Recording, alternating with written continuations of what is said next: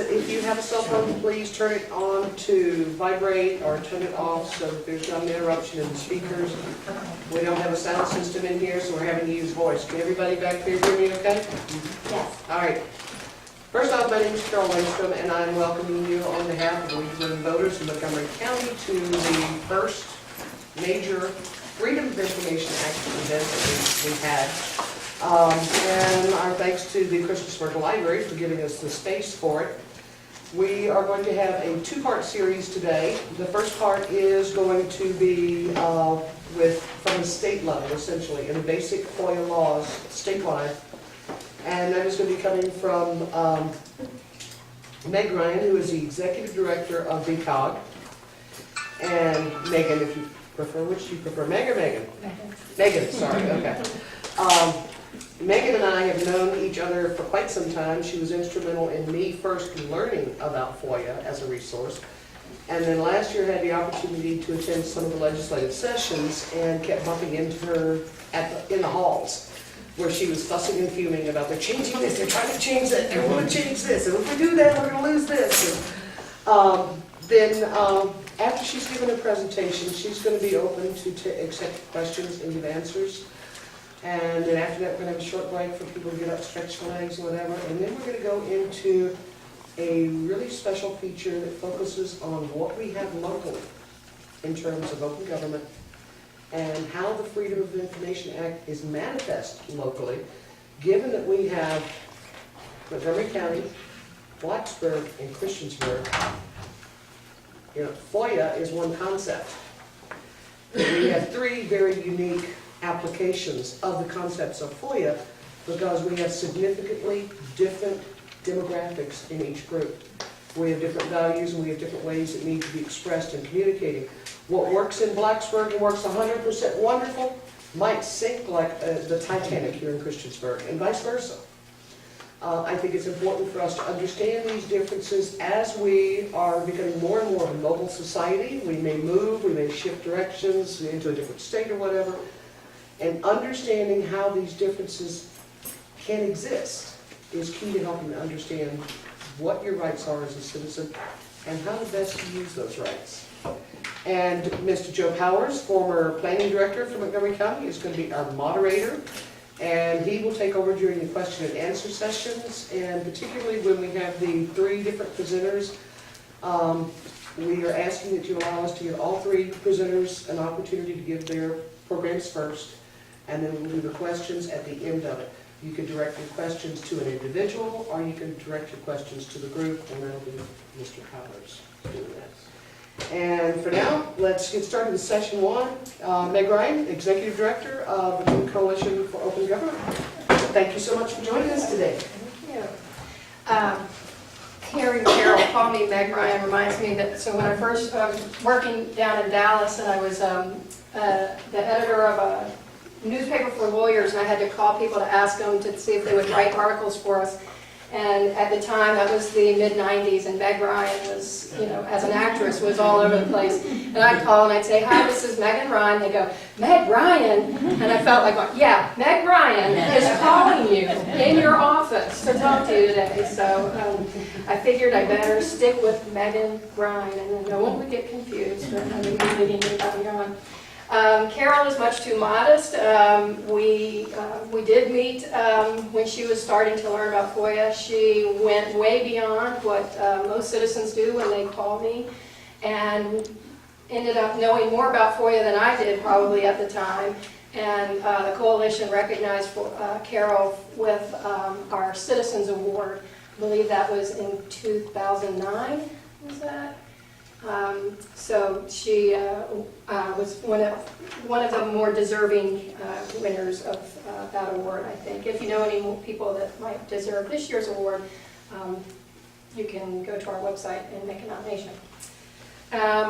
Also, I want to admit that I really would not do well as a job as a records manager because I showed up here with the wrong presentation. And so I kind of cobbled together what I think is in your handout.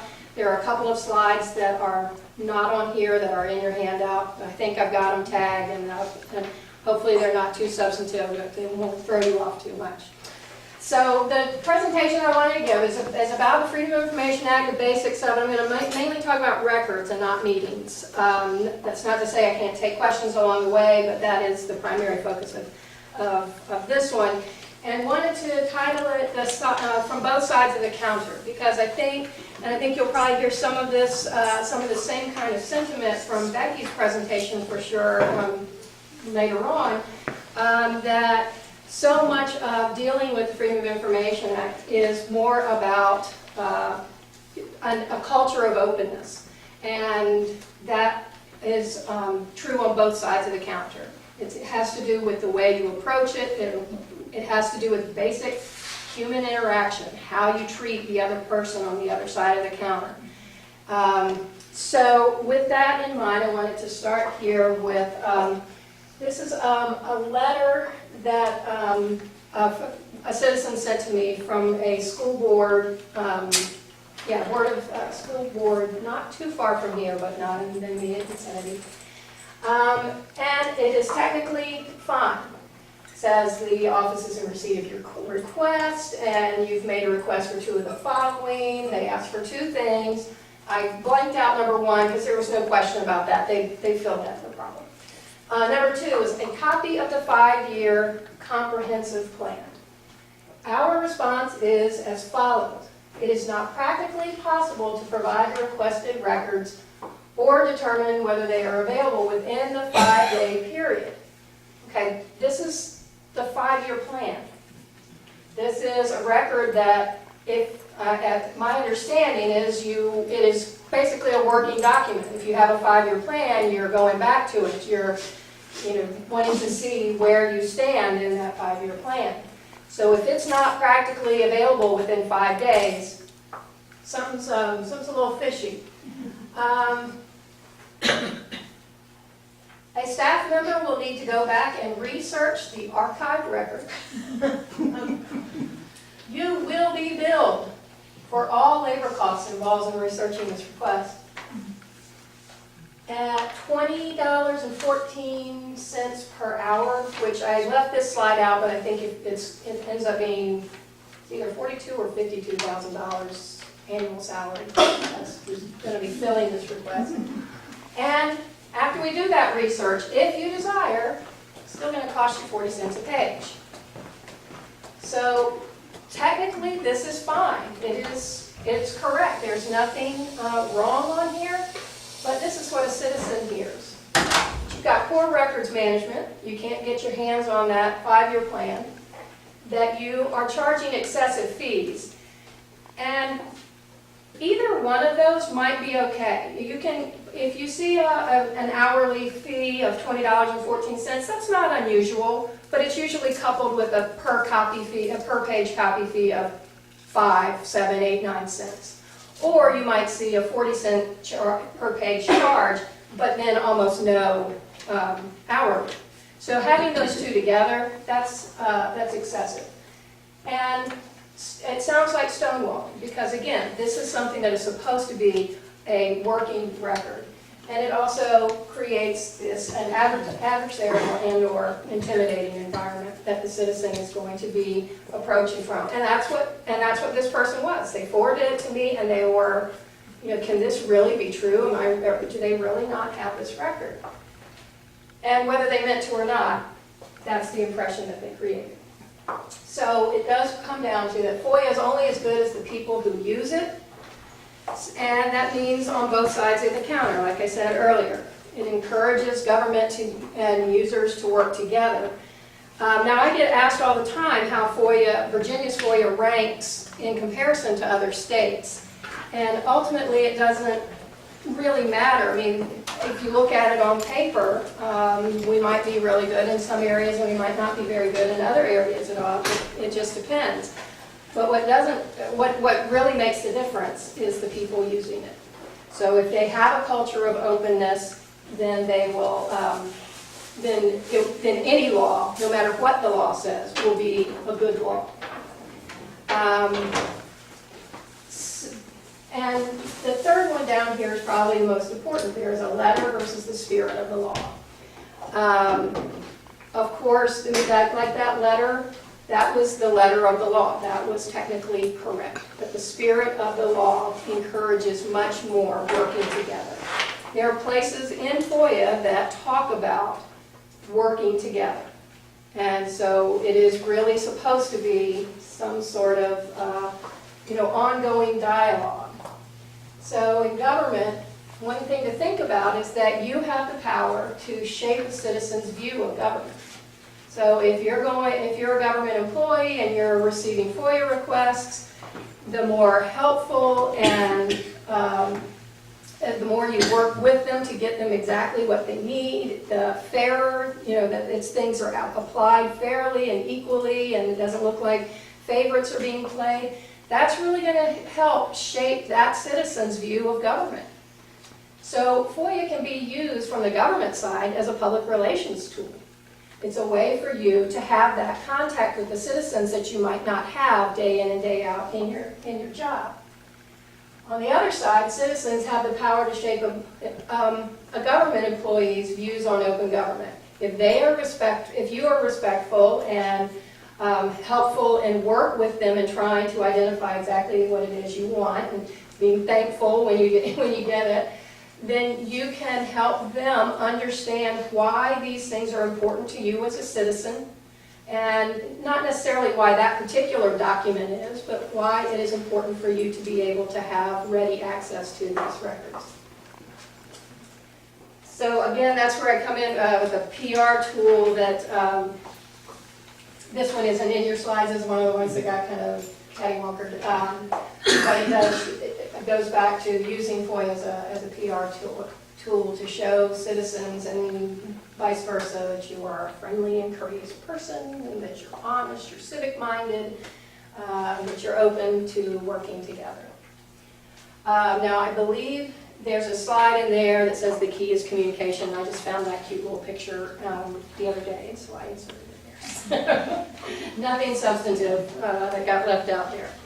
So now, going to the basics of the Freedom of Information Act. We start with the presumptions. These are presumptions that are written into the policy statement at the beginning of FOIA. So I'm not making these up, but all records are presumed open. All exemptions are to be construed narrowly, and the rest of FOIA is supposed to be construed liberally in favor of openness. So I like to think of it as the baseball rule: tie goes to the runner, and the runner is the citizen in this case. When you make a FOIA request, FOIA actually, the only thing that is stated about how to make a FOIA request is that the citizen should describe the record they're looking for with reasonable specificity. That's all it says. It doesn't say that it has to be in writing. It doesn't say that you have to narrow your request. It doesn't say that you have to say FOIA or Freedom of Information Act or 2.2-3700 through 3714. You don't have to say really who you are or why you might have to say who you are because of something that we get to a little bit later, and also so they can give you the records. They can mail them to you if you need to. But there's also no duty to say why you want the record. That's pretty open-ended. But what if the requester is a terrorist? We don't, in government, they don't, and I hate to say they, we, but since I'm on the citizen side today, I will say that I'm we and they're they. If they suspect you're a terrorist, that may be their suspicion, but they cannot make decisions on whether or not to give you the record based on that. And when I do training for government employees, what I always tell them is just take the emotion and take the feelings out of it. If you just look at the request as what this thing is on paper, it's your work plan. You look at it, you fill it, you put it there, you're done. If you get emotionally invested in it, it does tend to start, that's when things start to get adversarial, because you start thinking of who the person is, why they want it. They may be thinking they want those cost estimates for the lighting at the ball field because they're gonna find out that we didn't go through the right procurement process to get these. Really, they're just thinking, I want to make my own ball field and I want to know how much it costs. So there's never, they can't actually be sure. And it is not up to the government to decide what a good purpose is and what the bad purpose is. The request doesn't need to be in writing. Now, even though it doesn't have to be, we always recommend that you put it in writing, because that way you've got something, both parties have something to go back to, so there can be no misunderstanding. This is what was asked for on this day. Now, some school boards seem to do this a lot more than cities and counties and towns. School boards like to require you to put their FOIA requests in writing. Now, they can require you, but that is for their own internal operations. It is not a FOIA requirement. So if they are asking you to do it in writing and you don't want to do it, they can't then say, well, we're not going to do it because you won't put it in writing. If they ask you to put it in writing, it's no big deal to you, put it in writing. You've got this record that you can go back to. Something that comes up a lot, and probably will come up again this legislative session, especially with geographical information system maps, is a tendency of some to feel very proprietary about their records. Some government employees, they like their records, and they don't like the fact that someone is going to make money off of them, and someone other than the government. So that makes them reluctant to give out information. That's most recent example I have of that is I did a presentation to some Parks and Rec employees at their annual conference up in Fredericksburg. And someone said, well, I got a request from someone who wanted to know the names of all the vendors who had presented, or who had been present at some sort of street festival they'd done or something, some outdoor. And she said, I didn't give it to them because I didn't want them to be bothered. So she substituted her judgment for really what is basically a capitalist commercial transaction.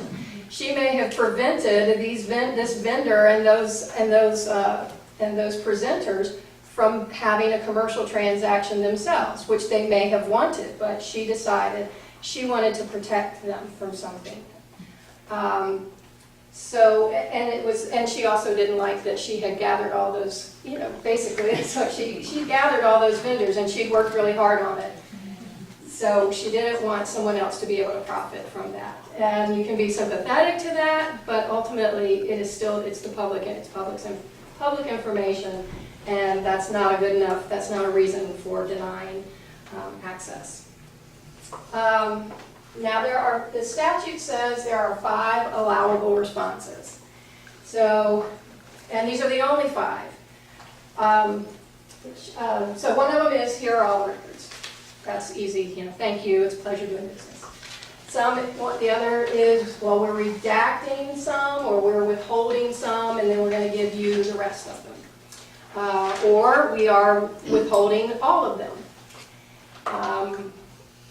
We don't have them, or they don't exist, and then we need an additional 7 working days. Now, all these responses must be made in 5 working days. And usually, we tell people that 5 days is measured from the day after you make your request. That's to prevent sort of a sneak attack from a citizen filing a request at 5 o'clock on Friday and saying, oh, well, that was day 1, and you're already, you're due on Thursday. So we say measure it starting that Monday, 5 days.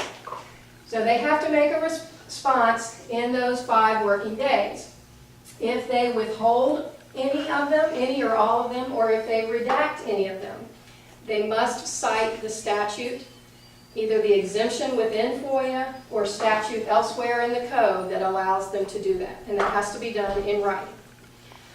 On the one that says we don't have them or they don't exist, if the government, if the agency knows who does have them, the statute does say that they're supposed to tell you where, who likely has those.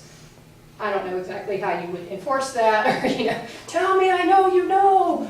But that is a part of the statute. And then the other, we need an additional 7 working days. 2 issues I wanted to bring up here. One is, well, hold on, sorry.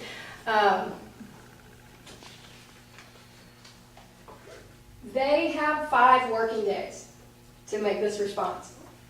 There is nothing that says that just because that piece of paper is sitting on their desk right next to them when you make your request, there's nothing that forces them to give it to you at that moment. If they choose to take the 5 working days, the statute allows them to do that. We have a situation right now in the city of Norfolk. The city of Norfolk has gotten into a habit of, on the 5th day at 5 o'clock, or a close of business, they are sending a response saying, we need an addition, no, it doesn't say we need an additional, it just says, this is how much your request is, and we will, wait to process your request until we get a payment from you, if we, or be okay to go ahead. So that basically tolls the time period. We've seen that plenty of times when it's a big request, but they are doing it for every single request. So probably not being done with the best of intentions there. Another issue I wanted to bring up here is that when it says that here are the 5 allowable responses, it really means it. The Virginia Supreme Court held a couple of years ago that when, funny enough, the city of Norfolk got a request for some records from related to their operation of the airport. It was the Norfolk Airport Authority, or I can't remember the exact agency. But the city responded by saying, we have to check with the Transportation Security Administration on that. And that was the last thing that anyone heard, and days and then weeks went by, nobody heard anything. So Virginia Pilot went to court over it, and they won, and the Supreme Court said, we need to check with somebody, isn't one of the 5 allowable responses. Now, they could have said, we need an additional 7 days, and then FOIA also allows them to petition the government petition a judge for more time. Those options are available to them, but just saying, we got to check with someone and then never getting back to them was a violation. FOIA actually says right in the text of it that failure to respond is a denial and is considered a violation of FOIA. Now, when people come to me and say their response was due yesterday at 5 o'clock and it is now 9 a.m. the following day and they haven't responded, and I want to go to court, usually what I tell them is, cut them some slack and ask again, and mostly what I tell citizens is weigh the difference on, do you really want the records or do you really want to make a point? Most of them really want the records and will then go back and try to work things out. But we'll get to the ones who don't in a minute.